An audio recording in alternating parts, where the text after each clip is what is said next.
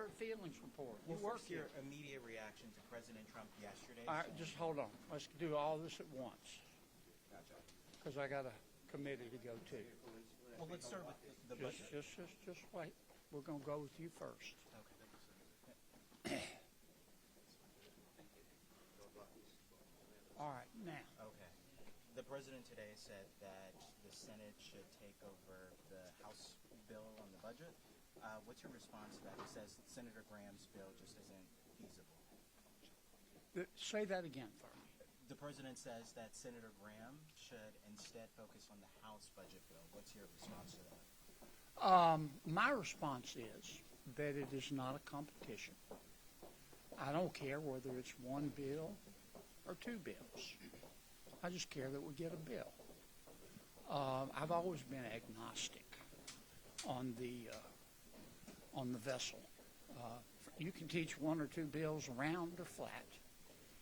What I see happening is the Senate is working toward an objective. The House is working toward the same objective. They're two very different bodies. The politics are different. And we'll probably both eventually get something done. Then we'll go to conference committee. We'll all have a cup of hot cocoa and hug each other, and we'll get something worked out. The last thing I want is to see this turn into a procedural disagreement between the House. I appreciate the president's input. I haven't talked to the president about it, but my guess is that knowing him, he's doing everything he can to kind of goose both houses to get them moving because time's short. President Trump said yesterday that Ukraine. Who are you? I'm Jay with ABC. Hey, Jay. President How Trump are you? said yesterday that Ukraine was responsible for its own invasion. What's your reaction when you hear that? Well, there have been some headlines this morning that were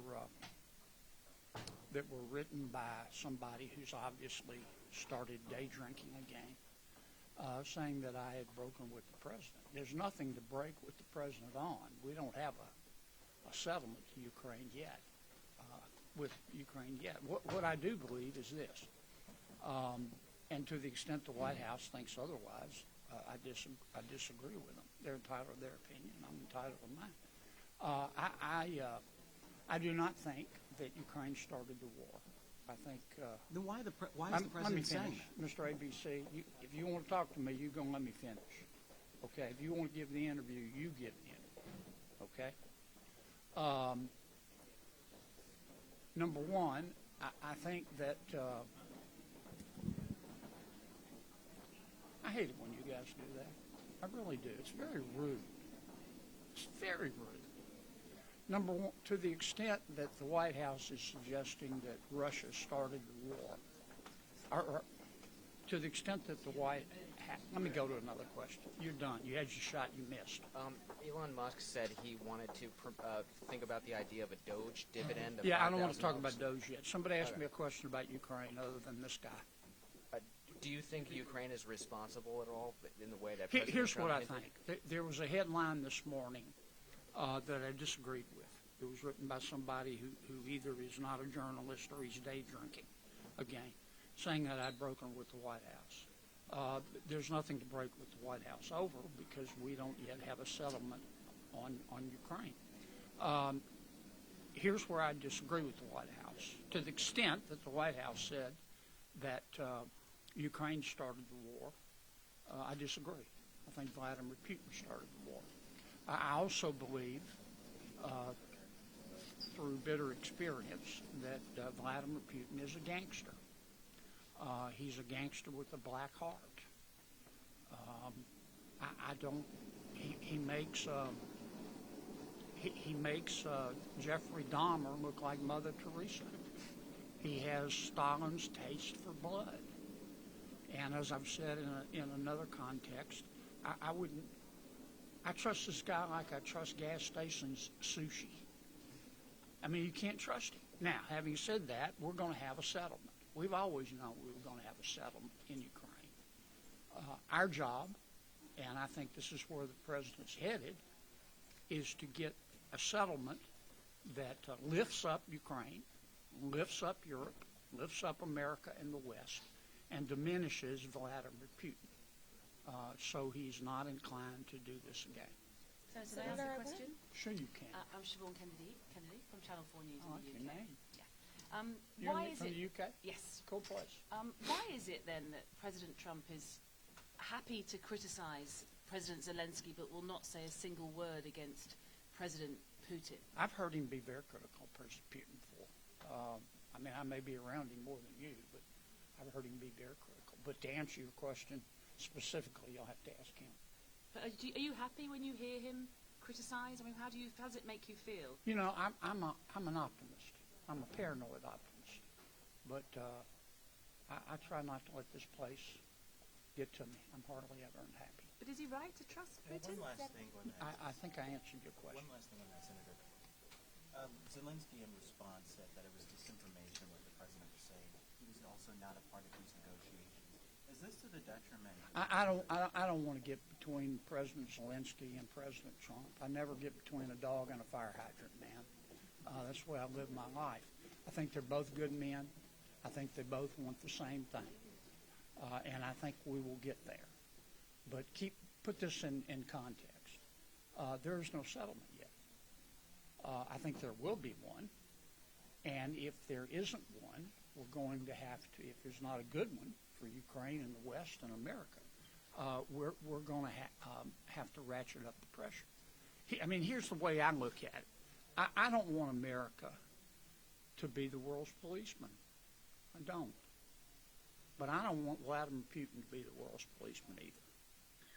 And I'm convinced that President Xi in China and Vladimir Putin and the Ayatollah in Iran are working together. And their goal is to have Putin dominate Central and Eastern Europe, have the Ayatollah dominate the Middle East, and have China dominate the Indo-Pacific, Sub-Saharan Africa, and Latin America.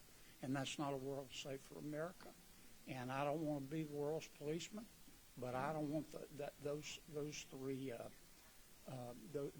chowderheads to be the world's policeman either. Senator Kennedy, if I can just ask quickly on reconciliation. You mentioned that you think the Senate should go forward. That and man's the rude. Senate and House should compromise. But I wanted to see, are there any concerns that you currently have with the House's reconciliation package to the extent you've seen it? Oh, it's a work in progress. If I tried to analyze it right now, it would probably change while we're talking. Look, you know the numbers in the House. I mean, Mike Johnson's one of the best I've ever seen, but he's not omnipotent and he's not perfect. And I've said this before. I don't mean it as a criticism. The numbers are close, and on my side of the aisle over there are quite a few of what I call free-range chickens. I say that gently and with great affection. They're very independent thinkers. They wander off, and the speaker's got to go try to catch them. And they're hard to catch. And I think to catch all of them, he's going to need President Trump's help. That's just the way the House is right now. We have the same problem in the Senate, but our free-range chickens in the Senate are older, and they don't run as fast, okay? And so it's a little easier to corral. And that's what you see happening. We're going to get this bill passed. Our bill's passed. The American people expect it. We've got 6 months, maybe a year to do it. If we don't, the American people are going to be angry at us. I'm going to be angry, and the American people deserve to be angry at us. But we're going to get this done. I really believe it. I'm happy with the progress we're making. Yes, What do you sir. think about the possibility of a $5,000 Doge dividend that Elon Musk was floating? He said he was going to ask the president about. I haven't run the numbers. I mean, I haven't. I can't comment on it because I don't know all the details. The first thing we need to do two things. We need to stop deficit spending, and I think what Mr. Musk and his team are doing is going to help. And then we need to pay down the debt. If all goes to plan, and I think it will, we're going to implement a substantial tax cut by extending the tax cuts that we did in 2017 and making them permanent. And I think it'll help the economy. It'll help us grow out of inflation, and I think the American people will congratulate us on that achievement. Okay? Thank you, sir. Thank you, Senator.